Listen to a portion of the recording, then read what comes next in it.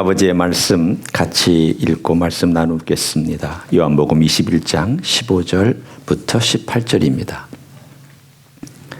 요한복음 21장 15절부터 18절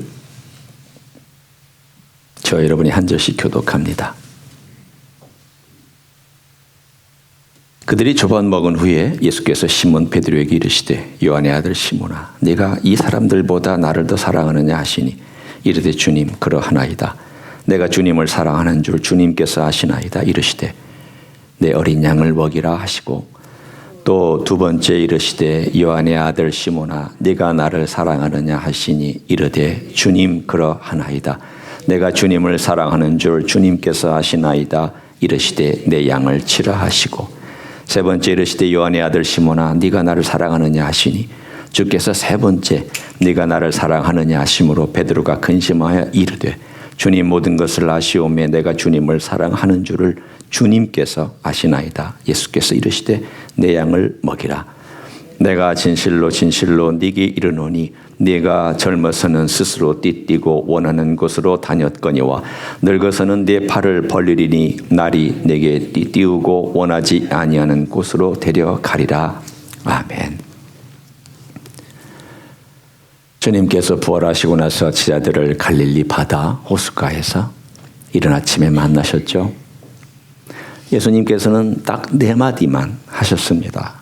그 네 마디는 우리가 지난주에 소개한 것처럼 얘들아 너에게 고기가 있느냐. 두 번째 그물을 내 오른편에 던지라 그리하면 잡으리라. 세 번째 지금 잡은 생선을 좀 가져오라. 네 번째 와서 조반을 먹으라. 그리고는 이 네 마디 말씀을 하신 이후에 그들이 밥을 먹는 동안 침묵의 조반 식사가 이루어지고 있었습니다. 여러분 침묵은 무거운 침묵이 있고요. 굉장히 다양한 의미를 마음속에 떠올리는 침묵이 있습니다. 어떨 때는 침묵이 사람을 힘들게도 하지만 어떤 때는 이 침묵이 사람의 마음을 풍성하게도 만듭니다. 지금 이 침묵은 바로 후자에 가깝습니다. 한번 생각해 보십시오. 예수님께서 말씀하시지 않아도 지금 이 7 제자들은 마음속으로 과거에 자기들이 걸어왔던 길들을 다 떠올리고 있습니다. 여러분 그런 때 있잖아요. 어느 순간 짧은 시간인데 뭐 그 5분이든 10분이든 혹은 뭐 1분이든 내 삶의 이야기가 주마등처럼 싹 하고 스쳐 지나갈 때가 있습니다. 내가 어떻게 아는 어떤 장소를 갔을 때 비슷한 경험들이 일어났을 때 그때 그런 일이 있었는데 그러면서 그 과거가 쭉 연결이 되면서 내 삶을 마치 영화를 보듯이 탁탁탁탁탁 하고 지나가는 그런 때가 있습니다. 제자들이 지금 그렇게 예수님을 만나고 있습니다. 예수님은 말없이 떡을 건네주죠. 받아서 먹습니다. 물고기를 구워서 건네줍니다. 아무 말씀도 하시지 않습니다. 받아 먹습니다. 받아 먹고 씹고 그리고 그들이 또 주님께로부터 또 받는 그 뭐 얼마나 시간이 될까요? 뭐 길어야 한 30분? 그 시간 동안 그들은 과거를 다 생각합니다. 실패했던 과거 떠오르죠? 또 주님을 다니면서 가졌던 재미있는 일들도 생각이 떠오르죠. 특별히 갈릴리 호수에서 있었으니까 갈릴리 호수에서 5,000명을 먹이셨던 그 사건은 금세 머릿속에 떠올랐을 거예요. 왜냐하면 떡을 먹고 있잖아요. 물고기를 먹고 있잖아요. 그때도 어떻습니까? 떡 5개와 물고기 2마리로 남자만 5,000명을 먹였던 사건이 있지 않습니까? 또 호수 다른 편에서 4,000명을 먹이신 사건도 있지 않습니까? 이 모든 것들이 지금 이 30분이라고 하는 침묵의 시간 동안에 그들의 마음속에 다 새롭게 새롭게 다가오고 있었습니다. 그리고 나서는 주님께서 갑자기 그 스포트라이트를 베드로에게 딱 하고 비춥니다. 베드로가 긴장했을까요? 안 했을까요? 주님께서 여러 명에게 이렇게 떡과 물고기를 7명에게 골고루 배고프지 않게 골고루 나눠주시다가 주님께서 베드로가 앉아있는 자리를 딱 보고 요한의 아들 시몬아, 이 말을 시작하셨을 때 베드로의 심장은요 콩탕콩탕콩탕 뛰었을 것 같아요. 아마 제가 그 자리에 있었다면, 제가 베드로였다면 그랬을 것 같습니다. 드디어 주님께서 나를 찝으셨구나. 왜 그런 마음이 들었냐면 잘못한 게 많으니까, 죄 지은 게 있으니까. 여러분 그런 마음 들잖아요. 주님께서 이렇게 딱 주시다가 딱 한 사람을 지목해서 그 이름을 부르면은 자기도 깜짝 놀라죠. 도둑이 뭐 한다고요? 제발 저린다고 얘기하잖아요. 자기 말 저린 거예요 지금. 그런데 주님께서는 오늘 이야기 가운데 여러분도 이미 읽으셨지만 과거에 베드로가 저질렀던 잘못에 대해서 한마디도 하시지 않았습니다. 이미 용서하셨고요. 베드로도 이미 회개를 했습니다. 대신 주님께서는 그에게 요한의 아들 시몬아, 네가 나를 사랑하느냐라고 하는 다른 말씀으로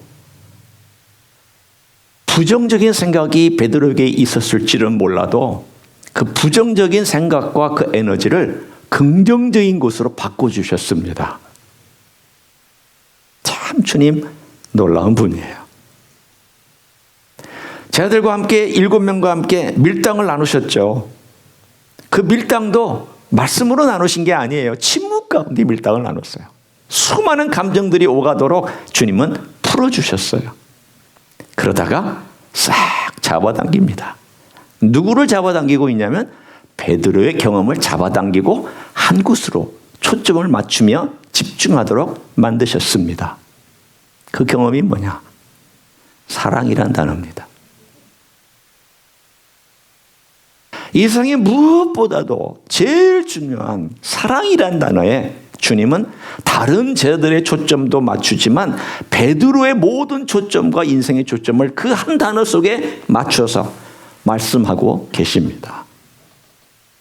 왜냐하면 주님은 베드로를 더 멋진 인생으로 세워주고 싶으셨기 때문입니다. 그 전과 다른 놀라운 제자로 만들고 싶으셨기 때문입니다. 주님은 과거에 얽매이는 분이 아닙니다. 주님은 그 실패했다고 버리시는 분이 아닙니다. 잘못했다고 너 마지막이다라고 말씀하시는 분이 아니라 오히려 그 사람을 통하여 새로운 것들을 끄집어내고 새로운 길로 가게끔 만들어주시는 그 목적 때문에 주님께서 이 마지막에 베드로를 향하고 있습니다. 그런데 놀랍게도요, 이 이야기가 요한복음의 목적하고 딱 들어맞습니다. 여러분 요한복음 1장에 보면은 첫 장과 21장 마지막 장이 여기 있습니다. 1장에 보면은 그 말씀, 태초에 그 말씀이 계시니라. 그라는 말은 제가 집어넣은 것입니다. 근데 왜냐하면 원래 그가 들어가야 사실은 맞는 번역이기 때문입니다. 태초에 그 말씀이 계시니라. 그 말씀이 하나님이셨고 하나님과 함께 계셨다. 그런데 그 말씀은 사람들의 빛이고 생명이었다. 그리고 그분은 은혜로 우리에게 다가오셨다. 그게 1장의 메시지입니다. 뿐만 아니라 그 1장의 메시지 가운데 그 뒤에 가보면 세상 죄를 지고 가는 하나님의 어린 양이로다라는 메시지까지 들어있습니다. 갑자기 하나님 이야기를 하다가 세상 죄를 지고 가는 하나님의 어린 양 얘기가 툭 하고 튀어나옵니다. 이 이야기의 모든 결론이 21장에 와서 맺혀집니다. 개인적인 에피소드 가운데 맺혀집니다. 어둠 가운데 있었던 인생의 대표적인 예가 누구냐면 베드로입니다. 왜 그럴까요? 여러분 베드로는요, 자기가 빛인 줄 알았습니다.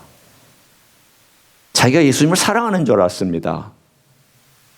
자기는 예수님의 생명을 마음껏 먹고 수제자로서 인정받은 사람인 줄 알았습니다. 그런데 어땠습니까? 의리를 제일 많이 외친 사람이 의리가 제일 없는 사람이 됐잖아요. 우리도 종종 그런 경우를 봅니다. 정말 자기가 강조하는 것, 정직을 강조하는 사람이 가장 정직하지 않을 수 있고요. 가장 경건을 강조한 사람이 제일 경건하지 않을 수 있는 게 인생의 모순입니다. 가장 의리를 지킨다고 의리를 주장하던 사람이 제일 의리를 지키지 않았던 사람입니다. 어떤 사람입니까?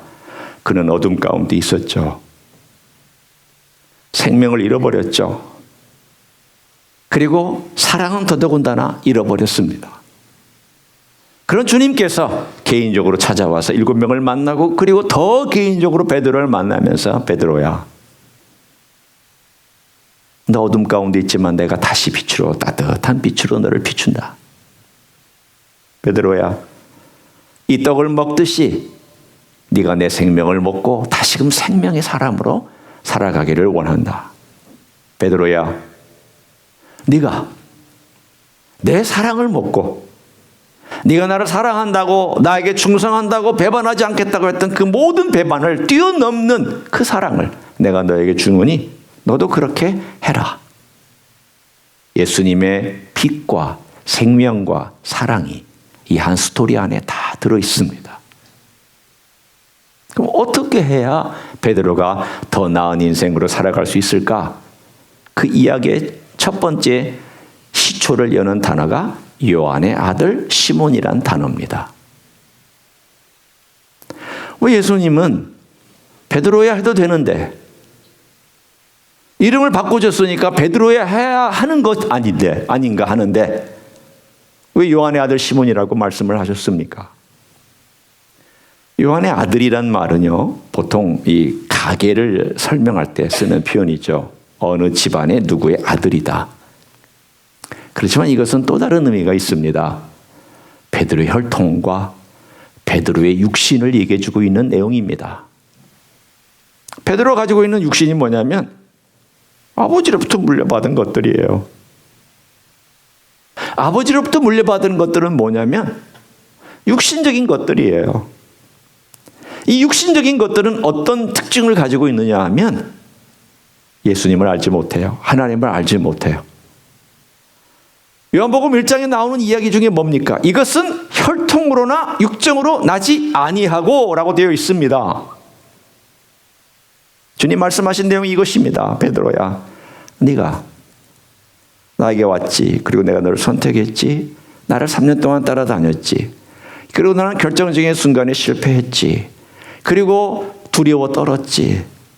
그래서 두려워 떠는 가운데 너희들은 문을 꼭꼭 닫고 사람들을 두려워하고 너희들의 경험을 두려워하고 있었지. 그렇지만 네가 나를 만났잖아. 너는 과거에 실패했을 때는 요한의 아들 시몬이잖아. 너는 요한의 아들이야. 분명히 너는 나를 떠나 있을 때, 실패했을 때는 요한의 아들이야.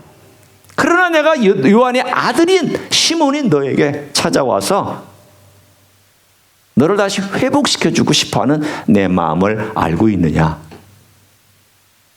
요한의 아들을 3번이나 불렀던 이유가 뭐냐면 바로 그의 원래 본질을 얘기해주고 있는 거예요. 너는 나를 떠나서 요한의 아들 시몬이다. 내 사랑 안에 거하지 아니하면 너는 또다시 요한의 아들 시몬이 될 것이다. 그렇습니다. 예수 믿는 사람은 본질이 2가지가 있습니다.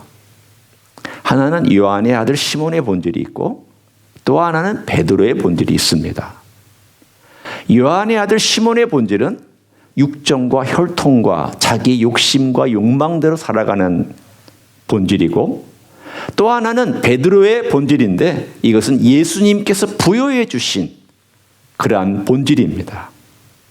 이 DNA는 내 것을 추구하며 살아가고요.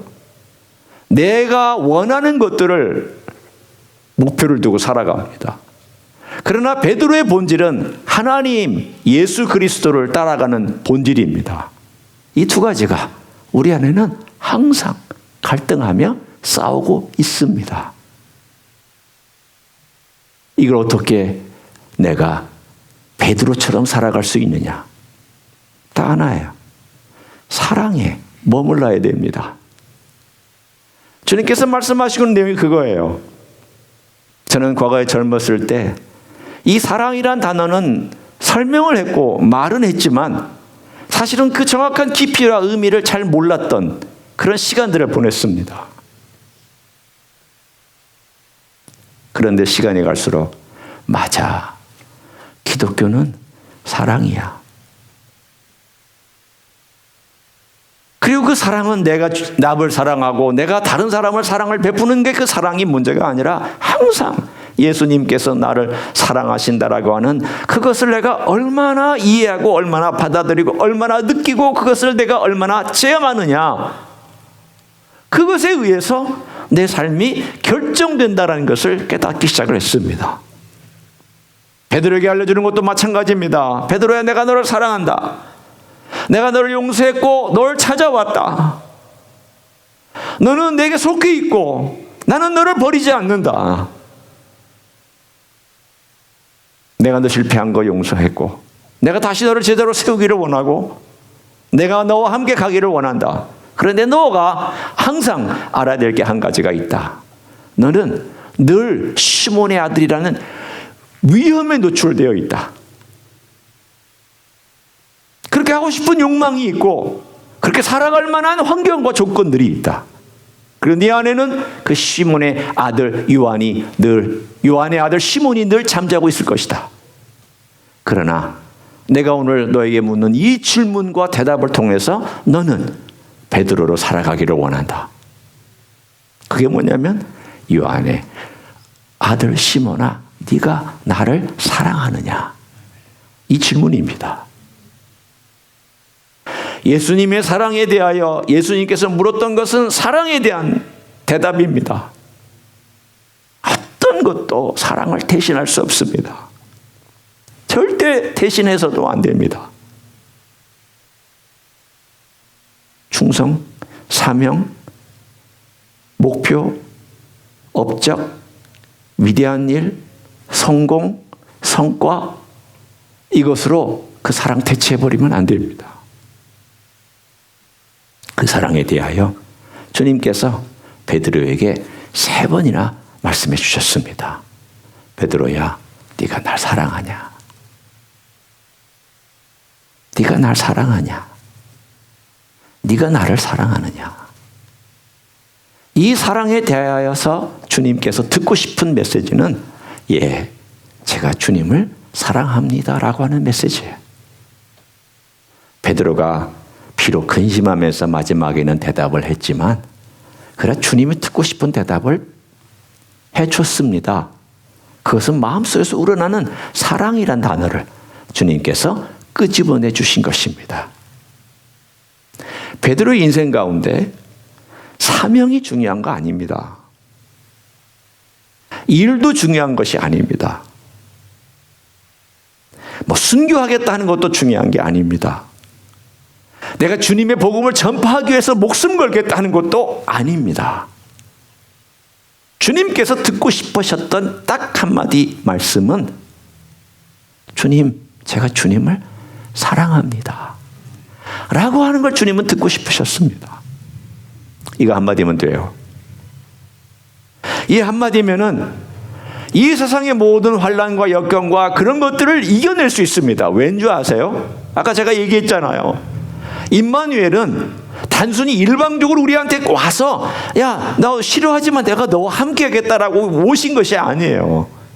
내가 너와 함께 먹고 너와 함께 마시고 너와 함께 대화하고 너와 함께 사랑의 언어를 나누고 싶어서 내가 이 자리에 왔고 내가 지금도 내가 너와 함께 그렇게 하기를 원한다. 그게 임마누엘이잖아요.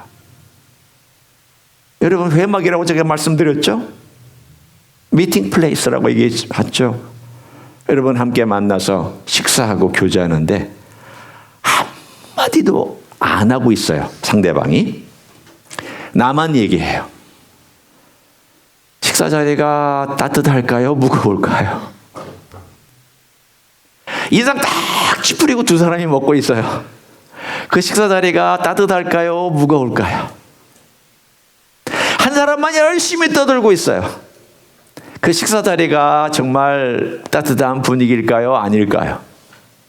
여러분 식사 어떤 자리가 여러분이 정말 즐기고 먹고 싶고 같이 있고 싶고 누릴 만한 자리예요?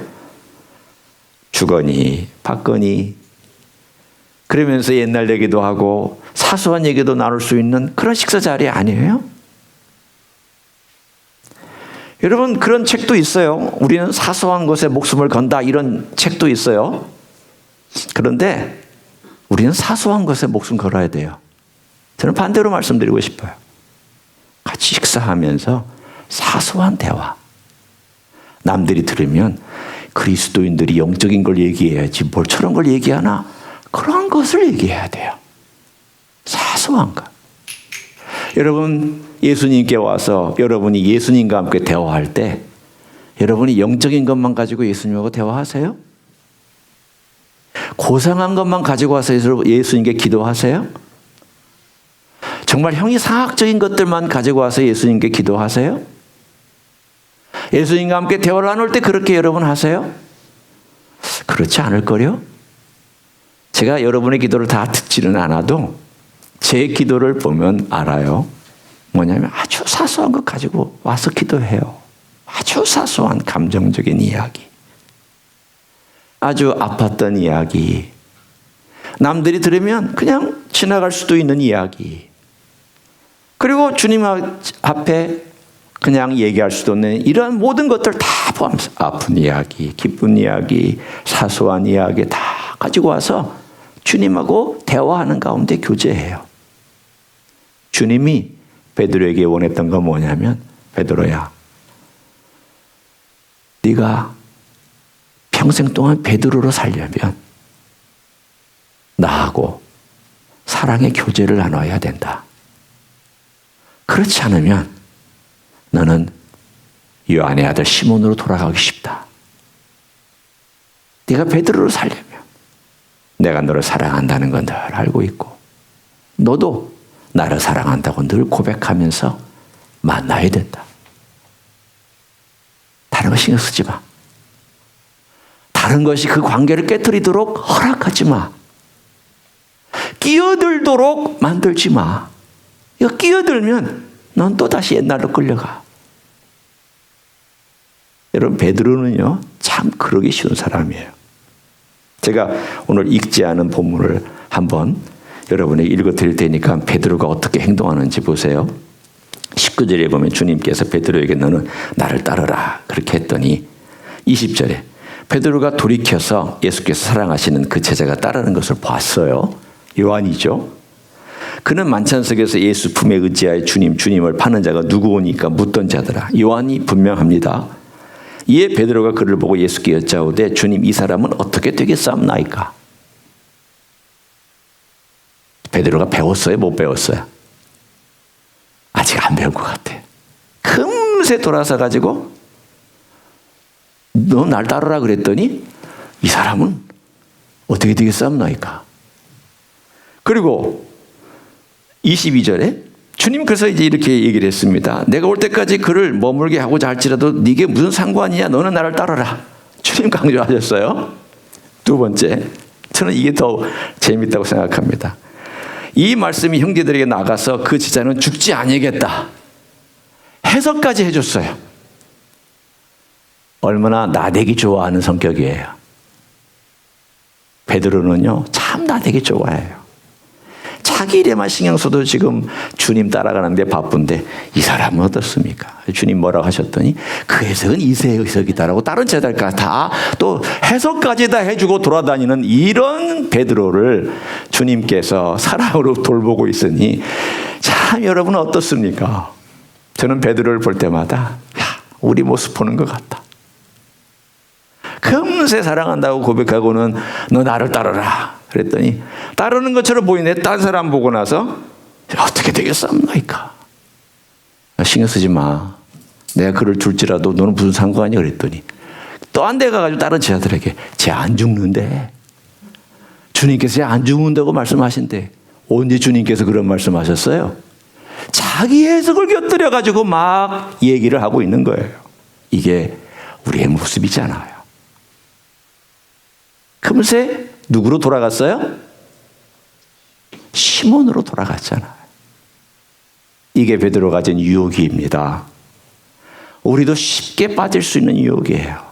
금방 시몬으로 돌아가는 유혹과 문제를 우리는 늘 안고 살아가는 약한 존재입니다. 그래서 주님께서 물어보신 거예요. 요한의 아들 시몬아, 네가 나를 사랑하느냐? 나를. 너 다른 사람 신경 쓰지 마. 그럼 내 일이야. 왜 너는 내가 할 일을 자꾸 신경 써가지고 이 사람은요, 이 사람의 문제는요, 이 사람에 대해서는요, 왜 이런 것들 너는 신경 쓰고 그래?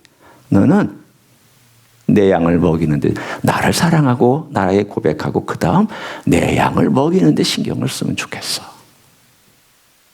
여러분, 누구의 양을 먹이라고 그랬죠? 누구의 양? 베드로의 양? 예수님의 양.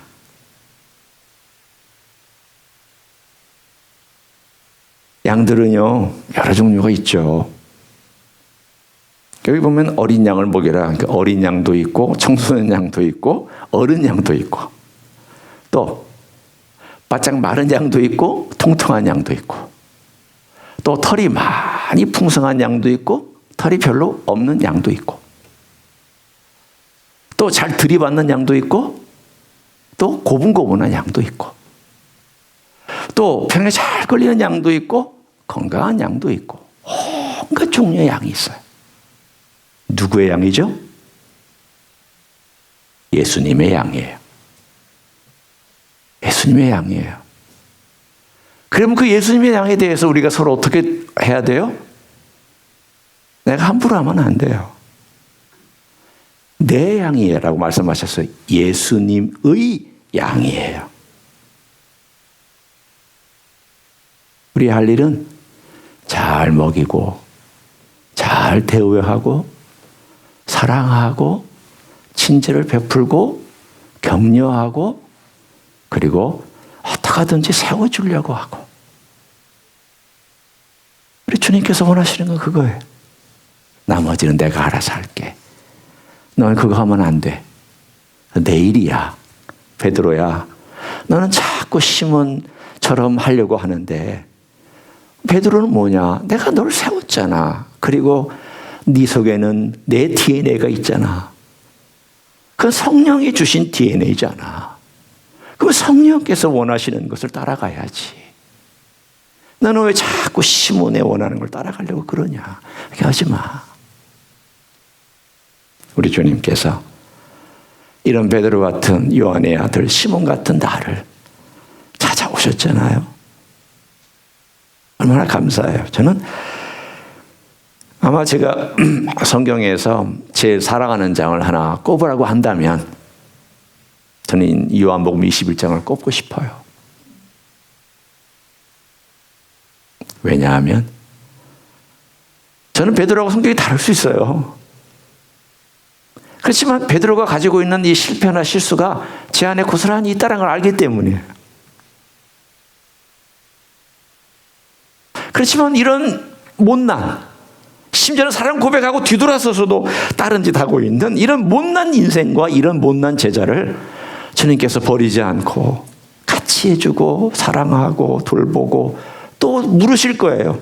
베드로야, 네가 나를 사랑하니? 라고 또 물으실 거예요. 그런 나에게 주님께서 찾아오셨다면 다른 분들에게도 똑같이 찾아가서 주님 말씀하시겠죠? 그 내 일이 아니에요. 어느 시점, 어느 때, 어느 장소에서 누구를 통하여, 어떤 경험을 통하여, 어떻게 말씀하실지 내가 정하는 게 아니잖아요. 주님이 정하시고 주님이 역사하시고 주님이 주관하시잖아요. 나는요, 주님께서 하십시오. 그리고 이 한마디를 하는 거예요. 제가 읽어드립니다. 결론이에요. 이 시편은 구약에서도 많이 주목받지는 못했어요. 유대인들도 크게 주목하지 않는 시편 중에 하나고요. 그리고 이 시편은 유대교 회당에서 잘 읽혀지지도 않았고 찬양으로도 잘 만들어지지도 않았던 시편인데, 제가 여러분에 읽어드릴 테니까 오늘 주제하고 너무 맞기 때문에 제가 읽어드립니다. 시편 131편입니다.